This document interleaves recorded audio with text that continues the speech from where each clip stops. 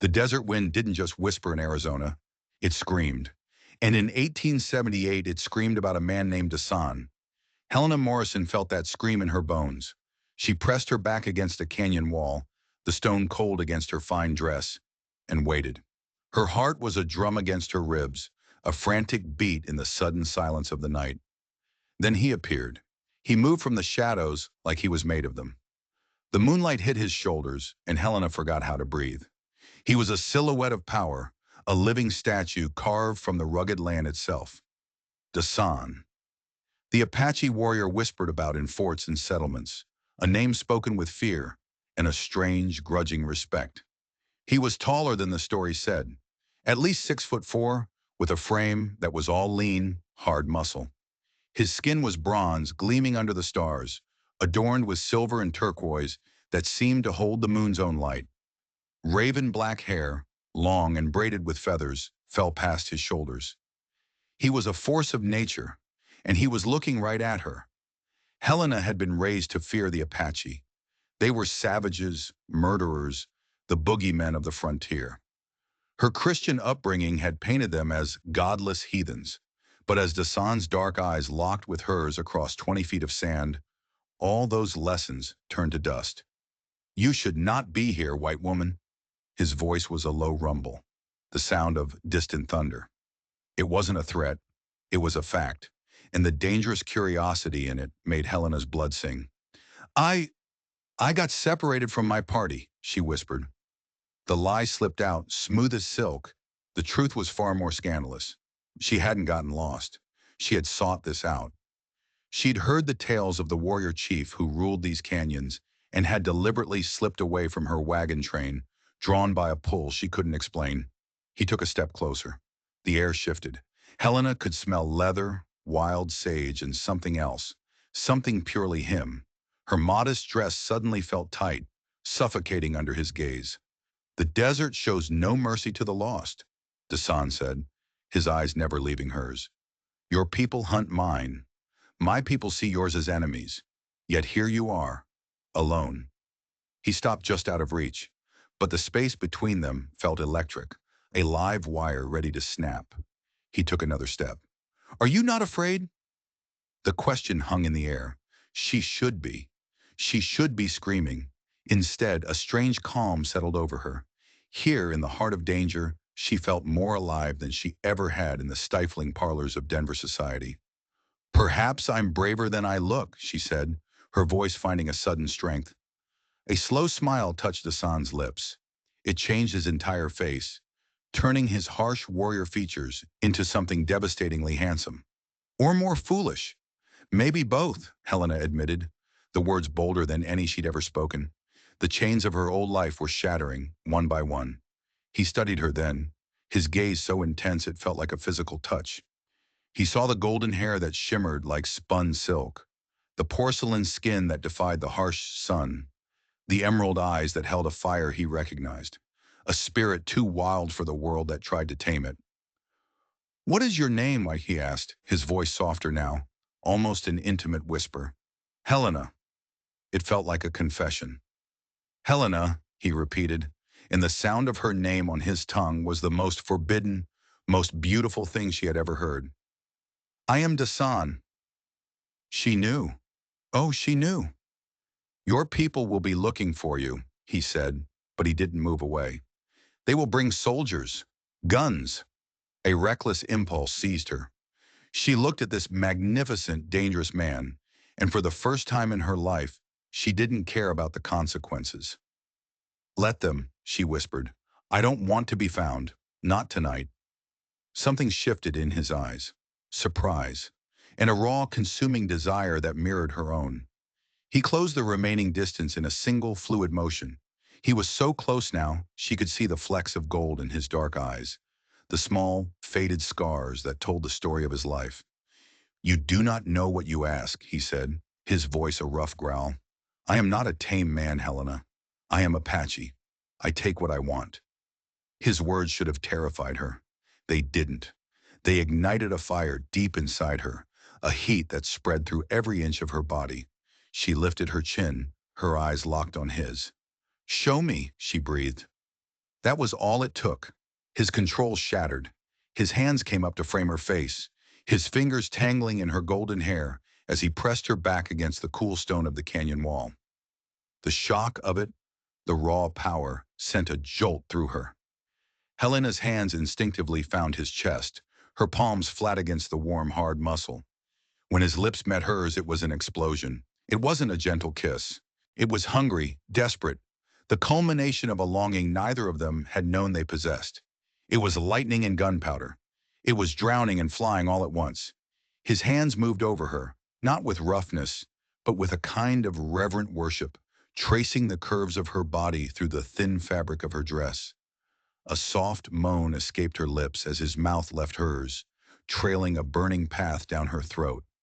"This is madness," he growled against her skin, even as his fingers found the buttons at the back of her dress. "We are enemies. This will only bring pain."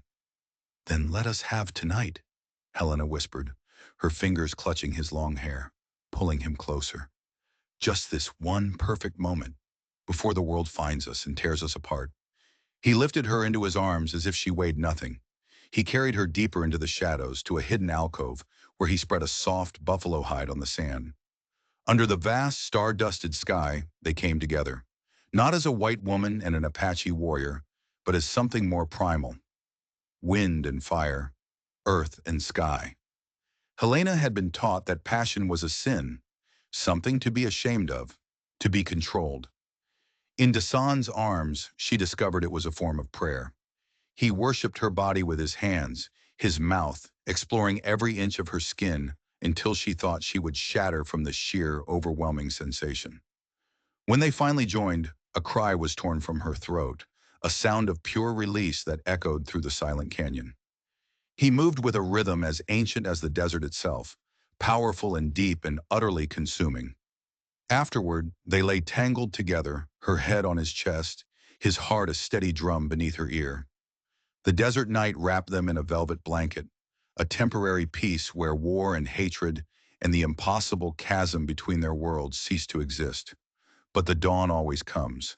As the first pale light touched the horizon, a cold reality settled in. "I have to go back," she whispered, the words tasting like ash. "They'll send search parties. Soldiers. If I'm not in my tent when they wake, people will die." His arm tightened around her. She felt his heart speed up, a frantic beat against her cheek. "I know." They dressed in silence, the magic of the night fading with the stars. Her hands trembled as she fumbled with the buttons of her dress, trying to erase any sign of what had happened, trying to become Helena Morrison, the proper young woman from Denver, once more.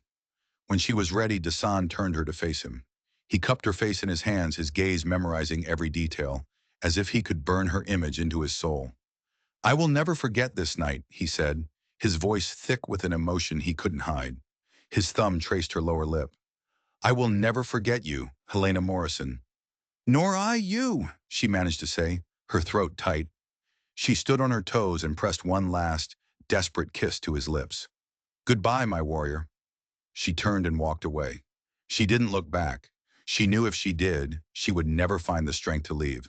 Behind her, Dasan stood as still as the canyon stones, watching until her form was swallowed by the pre-dawn gloom. A piece of his soul went with her. Neither of them knew that their single, impossible night had planted a seed, a secret that would take root and grow, destined to change not just their lives, but the fate of the entire territory. The forbidden night was over, but its consequences were just beginning. 5 years. 5 years can feel like a lifetime, or it can feel like a single held breath. For Helena, it had been both. She stood at the edge of that same canyon, the wind whipping strands of golden hair across her face. The Arizona sun beat down, but she didn't feel its heat. All she felt was the frantic pounding of her own heart, a rhythm that was painfully familiar. She was not the same naive girl who had chased a fantasy into the desert. The years had carved new lines of strength and sorrow around her eyes. She wore a simple dress, but it couldn't hide the subtle grace of motherhood, the quiet confidence of a woman who had walked through fire and survived. Clinging to her skirt was the reason she had come back, the reason for everything. A little girl with skin the color of desert honey and hair as black as a raven's wing. She had her mother's delicate nose and her father's strong, stubborn chin. But her eyes were his, dark as a midnight sky, flecked with the same impossible gold that had haunted Helena's dreams for 1,825 nights. "Mama, why are we waiting?" the child asked. Her voice was clear and bright, a melody in the harsh landscape. She spoke English, but with a hint of another cadence, the Apache words Helena had painstakingly learned from an old missionary just for her. "We're waiting for someone very special, little star," Helena whispered, her hand stroking her daughter's dark hair. Ayana. It meant eternal blossom in Apache, a name of hope. Her journey back here had been a desperate gamble. After that night, she'd returned to Denver with a secret growing inside her. The scandal had nearly destroyed her family. Her horrified aunt had shipped her off to a distant cousin in California to hide her shame. There, she gave birth to Ayana in secret. For 4 years, she had lived a careful lie. Ayana's father, she told people, was a Spanish trader who had died at sea. It explained the child's exotic beauty, protected them from the whispers, but the lie was a poison, slowly eating away at her soul. Then 3 months ago, news had reached her. News of escalating tensions on the Arizona frontier, of a brilliant, fearsome Apache war chief who was uniting the tribes, a man who fought with unmatched cunning. A man named Hassan. He was alive, and he was in danger. That was all it took. She sold the few pieces of jewelry she had, packed a single bag, and took her daughter on the long, perilous journey home. A sound on the wind made her breath catch. Hoofbeats. She pulled Ayana closer, a wave of fear and hope so strong it made her dizzy. Through the shimmering heat, she saw them, riders moving with the impossible grace of the Apache, and leading them was him. 5 years had not diminished him. They had forged him. He was no longer just a warrior. He was a king in his own right. More feathers adorned his hair, telling tales of victories. New scars marked his skin, badges of a leader who fought at the front. But his eyes were the same. The moment his gaze found hers, the world stopped. The wind died. The sun held its breath. He dismounted, his warrior staying back as he walked toward her. She could see the disbelief warring with a desperate hope in his expression. "Helena." Her name was a prayer on his lips, just as it had been before. "Hello, Dasan," she whispered. His eyes fell from her face to the small child half hidden behind her skirt. Time seemed to freeze. The great war chief, the man who struck fear into the hearts of soldiers, went completely still. Understanding dawned on his face like a slow, painful sunrise. Ayana, with the innocent curiosity of a child, peeked around her mother's legs. Her dark, intelligent eyes studied the tall, imposing man who stared at her as if he'd seen a ghost. Helena's hand trembled as she rested it on her daughter's shoulder. "Ayana," she said, her voice shaking, this is your father." The carefully constructed mask of the war chief crumbled. The years of loss, of battle, of loneliness fell away, revealing the man beneath. He dropped to one knee in the dust, bringing himself to the child's level. He held out a trembling hand. "My daughter," he whispered, first in Apache, then in English. "My beautiful daughter." Ayana looked at his outstretched hand, then up at his face. And with the simple, unwavering trust of a child who had only ever known love, she stepped forward and placed her small hand in his. Dasan's arms closed around her, pulling her into a gentle embrace. He buried his face in her dark hair, his broad shoulders shaking with silent, racking sobs.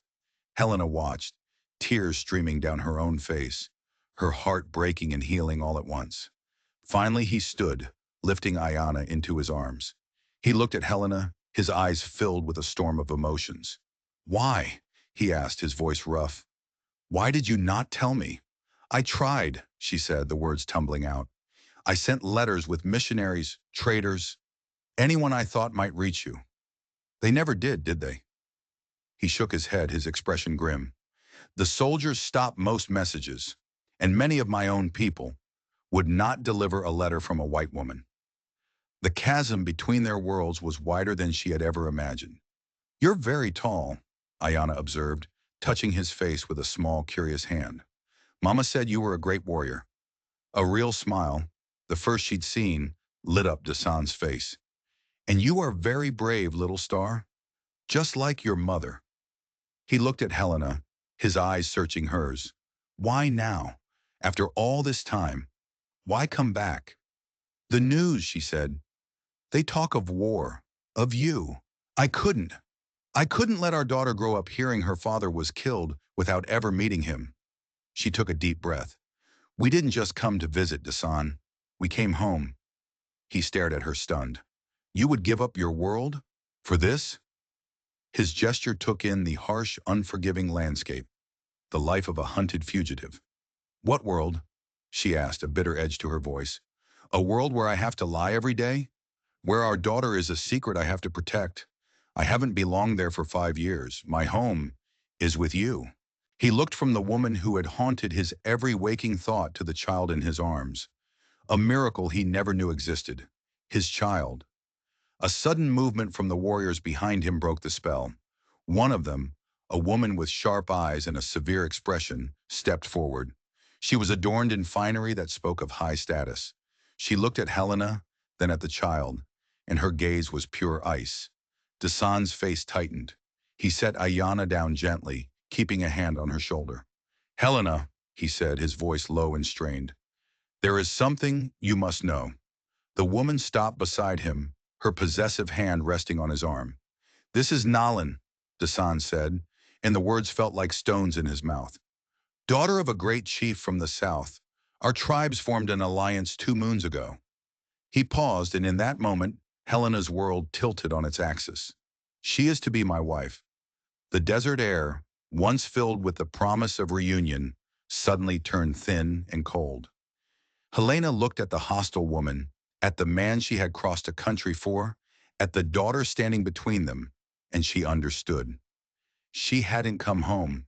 She had walked straight into a war. And it wasn't with the U.S. Army. The silence was a living thing, heavy and suffocating. Nalan's dark eyes raked over Helena, lingering on her fair skin and golden hair with open contempt. She saw not a woman, but an invader, an impurity. Who is this? Nalan demanded in the Apache tongue, her voice sharp as flint. She didn't look at Helena. She addressed Dasan as if Helena wasn't there. She is Helena, Dasan answered, his voice strained.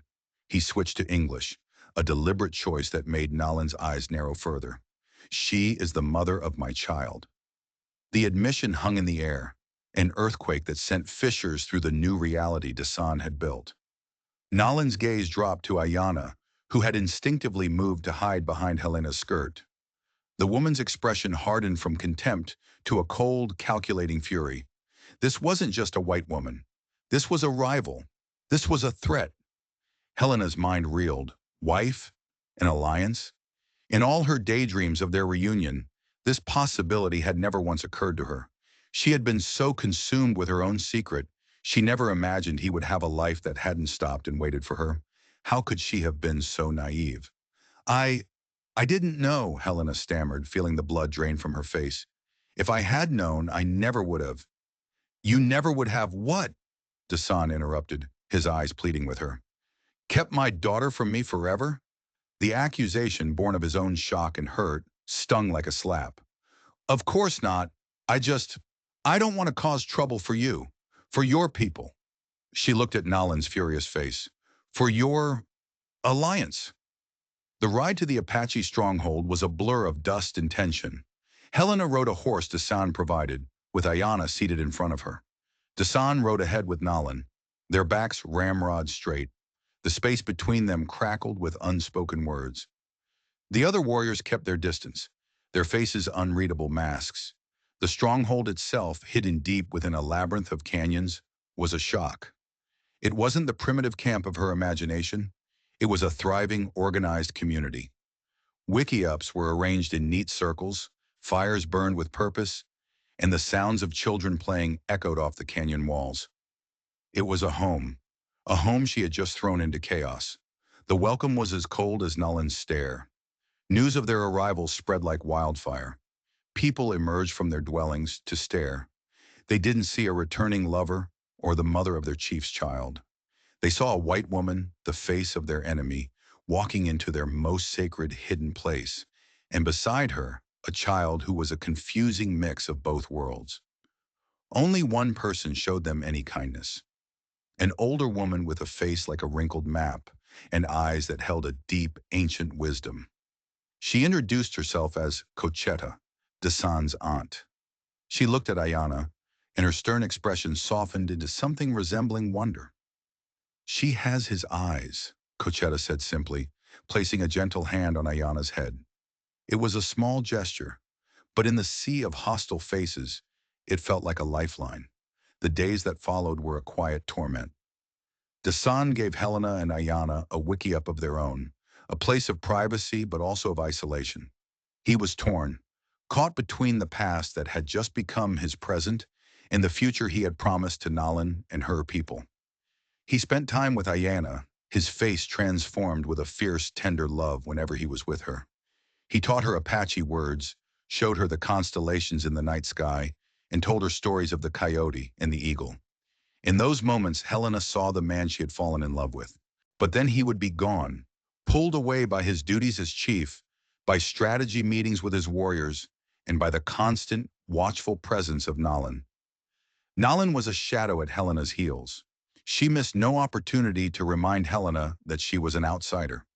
She would speak rapidly in Apache in Helena's presence, knowing she couldn't understand. She would accidentally assign Helena the most difficult, menial tasks, watching with satisfaction as she struggled.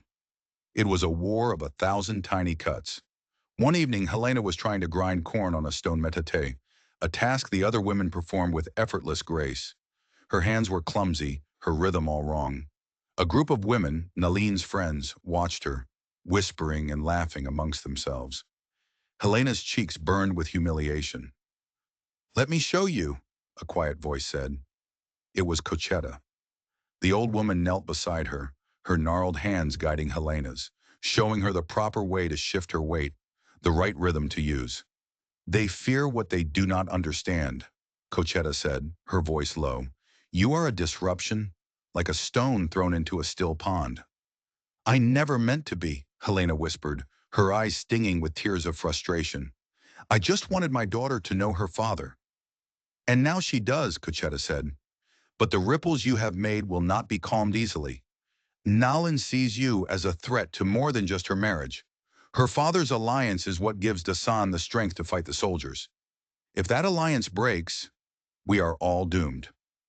The weight of her words settled on Helena like a physical blow. Her personal drama wasn't just personal. It had the potential to destroy this entire community.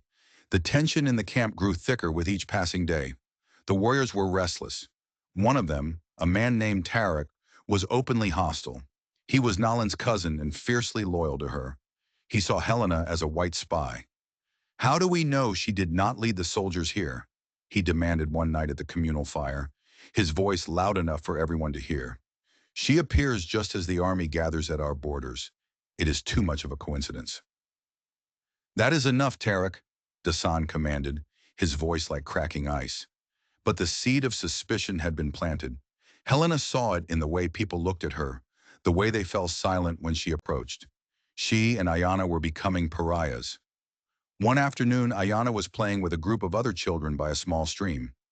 Helena watched from a distance, her heart aching with a fragile hope. For a moment it seemed like her daughter, at least, could bridge the divide. Then Nalan approached the children. She spoke to them in low, urgent tones. One by one, the children backed away from Ayana, their faces suddenly fearful. They picked up their things and ran back to their mothers, leaving Ayana standing alone by the water, her small face a mask of confusion and hurt. That was the moment Helena knew she couldn't stay. Her presence wasn't building a bridge, it was building a wall right down the middle of the camp. That night, a scout rode into the camp, his horse lathered and near collapse. He stumbled to the chief's fire, his face grim. "The soldiers," he gasped. "They come at dawn. 3 companies. They know the way to the canyon." A wave of panic rippled through the camp. "Someone has betrayed us," Tarek roared, his eyes finding Helena in the firelight. "The white woman!" But the scout wasn't finished. He held up a hand for silence, pulling something from his pouch. I found this on the trail, not far from the canyon mouth, he said, his voice low and heavy with meaning. He tossed the object onto the ground in front of Dasan. It wasn't a piece of army equipment. It wasn't an Apache artifact. It was a finely made leather riding glove, a gentleman's glove, the kind of thing a wealthy man from Denver might wear. And embroidered on the cuff, small but unmistakable, was a single initial, a capital V. Helena stared at it, and her blood ran cold. She knew that glove. She knew that initial. It couldn't be. Not him. Not here. Vance. Elias Vance. A man from her past. A wealthy, powerful suitor she had rejected 5 years ago, just before she'd left Denver. A man whose polite proposals had hidden a dark, possessive obsession. A man who had sworn he would never let her go.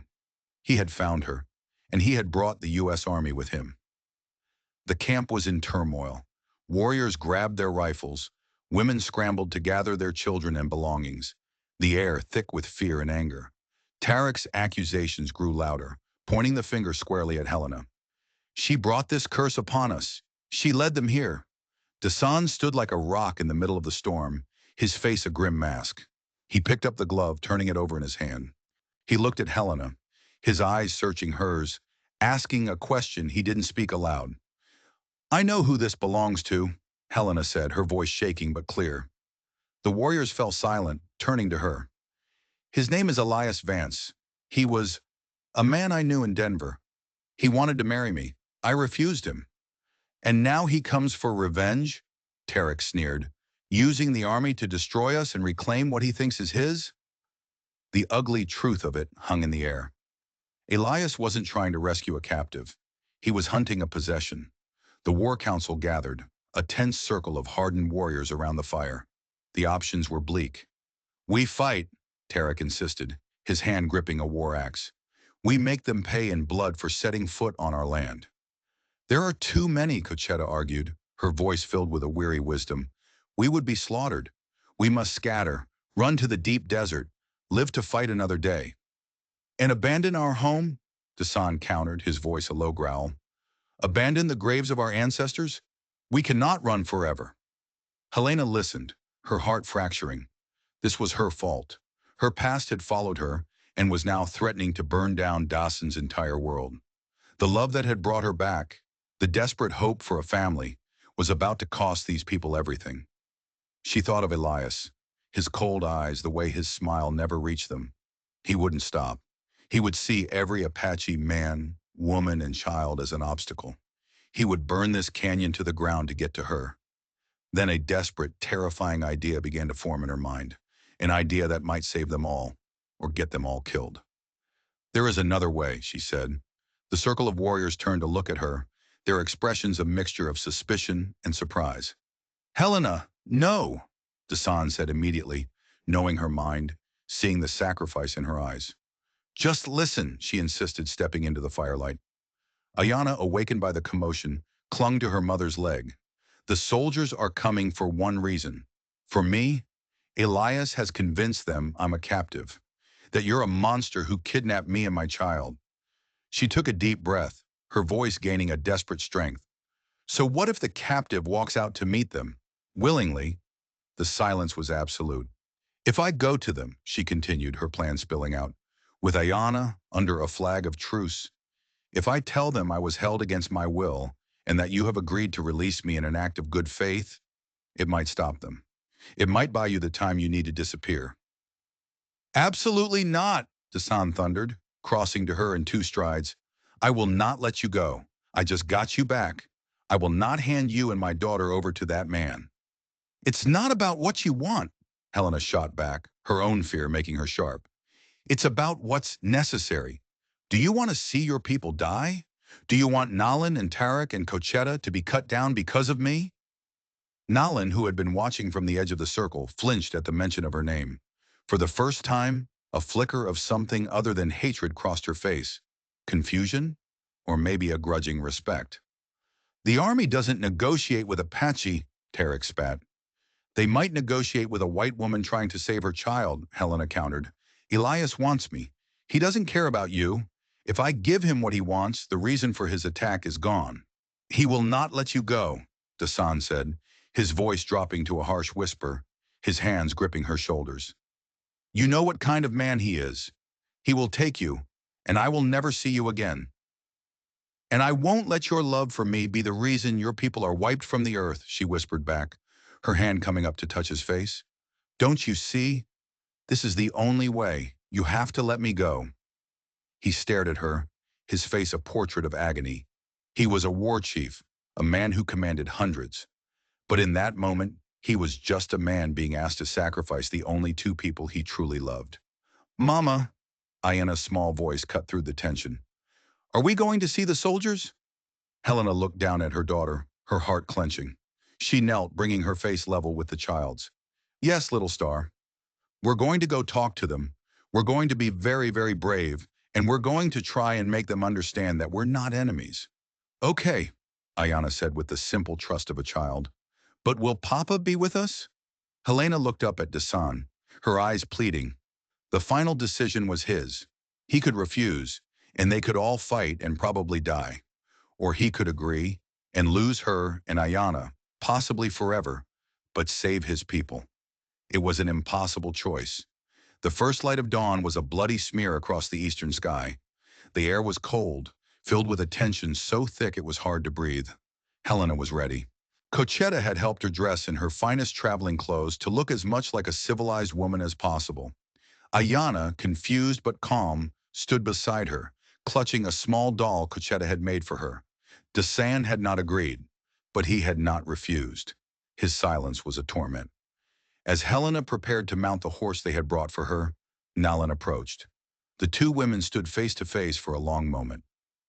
What you are doing, Nalan began, speaking softly in English, the first time she had done so. It is either the bravest thing I have ever seen or the most foolish. Maybe it's both, Helena replied, echoing the words she had spoken to Dasan on the night they met. Nalan nodded slowly. She reached out and tucked a stray piece of Ayanna's hair behind her ear. The child is a true Apache. She has a warrior spirit. See that they do not break it. It wasn't an apology. It wasn't friendship. But it was an acknowledgement. A moment of understanding between two women who loved the same man and the same people in their own different ways. Finally, Dasan emerged from the shadows. His face was pale beneath his bronze skin, his eyes hollowed out. He carried a long stick with a piece of white cloth tied to the end, the flag of truce. He handed it to her. Their fingers brushed. The spark was still there, a painful reminder of what they were about to lose. If they harm you, he said, his voice a raw, broken thing, if he lays a hand on you or our daughter, this canyon will be the last thing they ever see. I will burn their world to the ground. And if this works, Helena whispered, you will take your people and you will run. You will live. You promise me, Dasan. Promise me you will live. He couldn't speak. He just nodded, his throat working. He bent down and lifted Ayanna into his arms, holding her tight one last time. He whispered something in her ear in Apache, a blessing or a farewell, then placed her gently on the saddle in front of Helena. Helena took the reins, her hands numb. She looked at him one last time, memorizing his face. Then she turned the horse and rode out of the canyon, Ayanna in her arms, the white flag held high. She didn't look back. The army was waiting, a long blue line of them, spread across the desert floor, their rifles gleaming in the morning sun. At their head were two men on horseback. One was a decorated officer with a stern, weathered face. The other was Elias Vance. He looked just as she remembered, handsome and polished. But his eyes, when they fixed on her, were lit with a triumphant, possessive fire. Hold your fire, the officer commanded as Helena approached. Colonel Whitfield, Elias said, his voice slick with false concern. It's her! They've released her! Thank God! Helena brought her horse to a stop, her heart hammering. She held Ayanna tight. Colonel, she called out, her voice clear and steady, I am Helena Morrison. I have not been released. I have come to parley. Colonel Whitfield's eyebrows shot up in surprise. Elias's smile faltered. What is this nonsense? Elias demanded.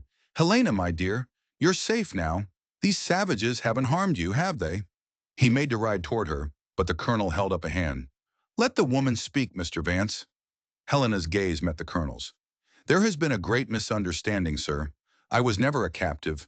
I came here willingly. This child, she paused, is the daughter of the Apache chief, Dasan. A shocked murmur went through the line of soldiers. Elias's face turned purple with rage. She's lying, he snarled. They've twisted her mind. She's been brainwashed by these animals. Colonel, you must not listen to her. I am not brainwashed, Elias, Helena said, her voice dripping with ice. I am simply telling the truth, a concept with which you seem unfamiliar. She turned back to the colonel. The man you know as Elias Vance is a liar and an obsessed madman.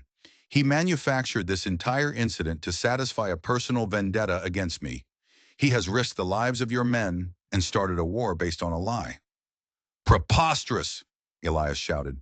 Colonel Whitfield looked from Helena's calm, determined face to Elias's sputtering rage. A seed of doubt was planted. Mrs. Morrison, you realize you are making a very serious accusation and admitting to what could be considered treason. I am admitting to loving a man your government has declared an enemy, Helena said, and I am telling you that you are about to shed blood for one man's wounded pride. Dasan wishes for peace. He is willing to negotiate. But if you attack, he will defend his home and his people to the last man. The choice, Colonel, is yours. Will you be a soldier, or will you be Elias Vance's personal bully? The desert fell silent. Every eye was on the colonel. He was a man caught between his orders, his ambitious civilian guide, and the impossible, unbelievable words of a woman holding a half-Apache child. From the rocks above, unseen, hundreds of Apache warriors watched, their arrows notched, their rifles aimed. Dasan stood among them, his heart a stone in his chest, waiting for one wrong move. The entire frontier was a powder keg, and Helena had just struck a match. Colonel Whitfield was a man of logic, a career soldier who believed in order, chain of command, and verifiable facts.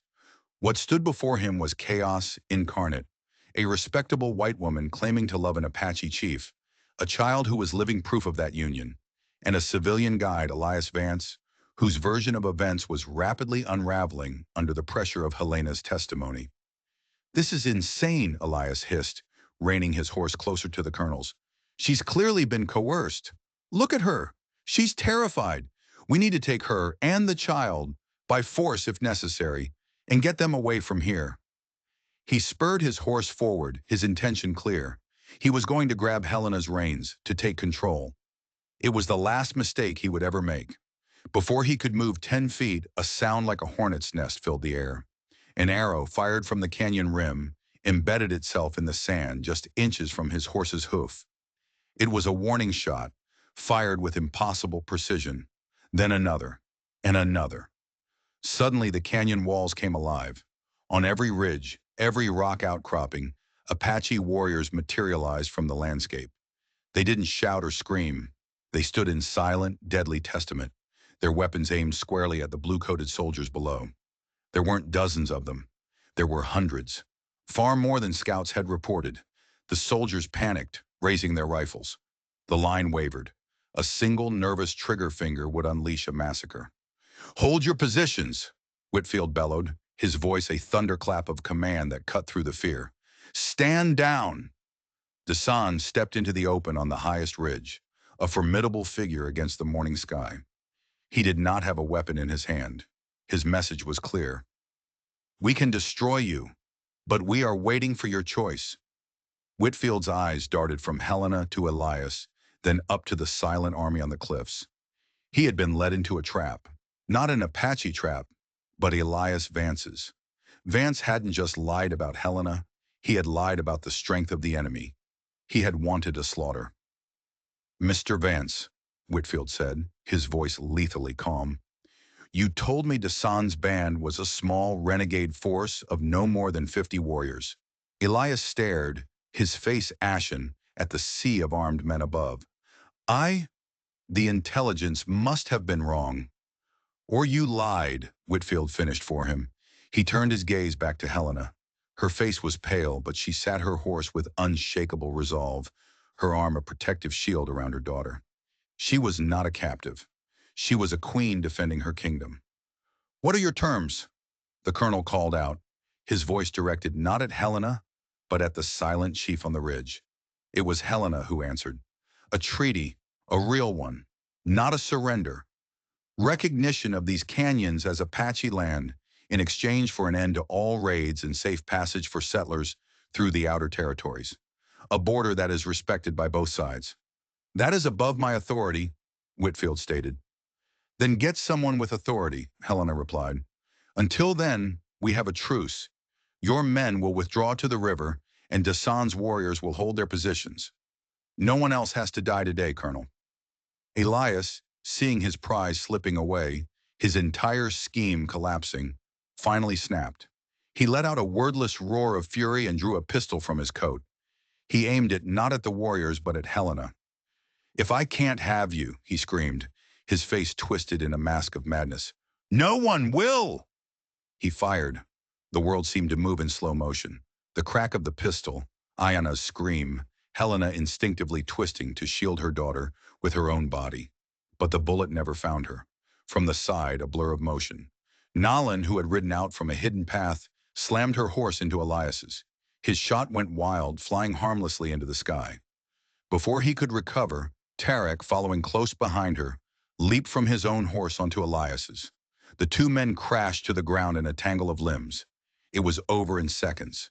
Tarek stood, his knife at Elias's throat.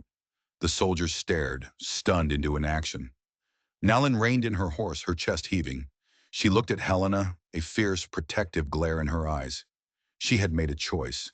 The alliance, her marriage, her pride. None of it mattered more than protecting the people, and Helena in that moment was one of them. Colonel Whitfield had seen enough. Sergeant, he barked. Arrest Mr. Vance, charge him with attempted murder and providing false intelligence to the U.S. Army. Get him out of my sight. Two soldiers dismounted and hauled the sputtering, defeated Elias to his feet, binding his hands. Justice. Swift and absolute. Whitfield looked up at Dasan, then back to Helena.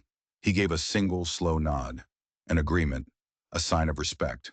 Withdraw our men to the river, he commanded.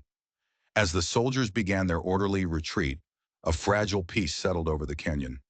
Helena felt the tension drain out of her, leaving her weak and trembling. Ayana was crying softly in her arms. Dasan was suddenly there, his horse appearing as if from nowhere. He reached out, his hand covering hers on the reins.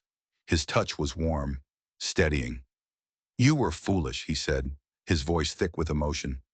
And you were brave, Helena whispered back. Their eyes met, and in that gaze 5 years of pain and misunderstanding melted away. The obstacles were still there. A jilted fiancé, a suspicious tribe, a hostile world. But they had faced the fire together and had not been burned. The negotiations were long and fraught with tension. A general was sent from Fort Grant, a politician from Washington. They met in a neutral tent set up between the army camp and the Apache stronghold. Helena was the bridge. She translated not just their words, but their worlds, explaining Apache customs to the Americans and military protocol to the warriors. Dasan was a brilliant negotiator. He was unyielding in his defense of his people's sacred lands, but reasonable in his compromises. He earned the grudging respect of the men who had come to kill him.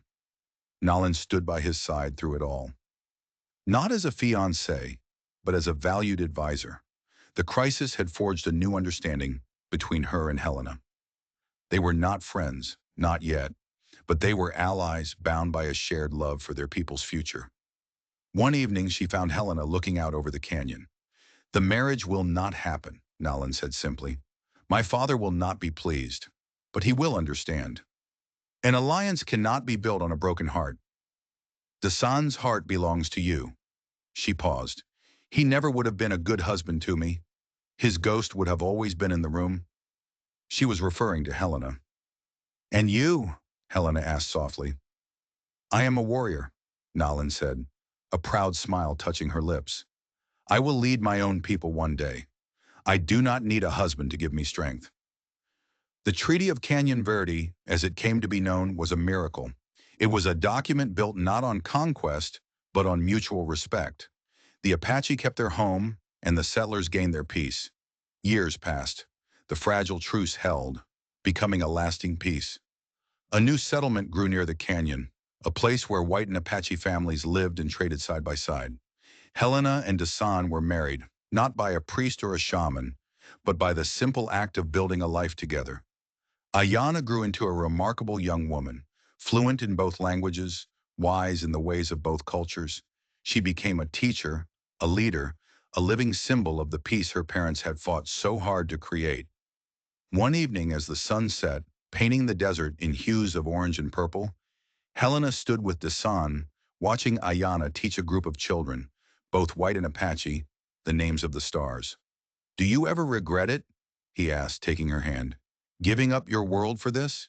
Helena leaned her head against his shoulder, her heart full. "I didn't give up my world," she said softly. "I found it. Their forbidden night had not led to pain and ruin. It had led to this, a family, a future, a love that had not only conquered impossible odds, but had redrawn the map of the human heart. You just witnessed a story about how one person's courage can change the world." Helena stood between two armies, armed with nothing but the truth, and built a bridge where everyone else was trying to build a wall. But now I have to ask you, what do you think would have happened if she had failed? If Colonel Whitfield hadn't listened?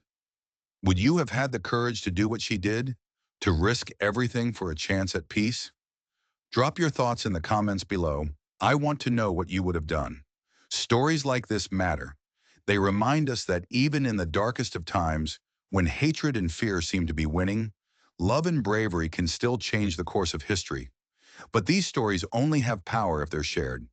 If you believe that one person can make a difference, that love is stronger than hate, and that understanding is always worth fighting for, then do me a favor. Hit that subscribe button.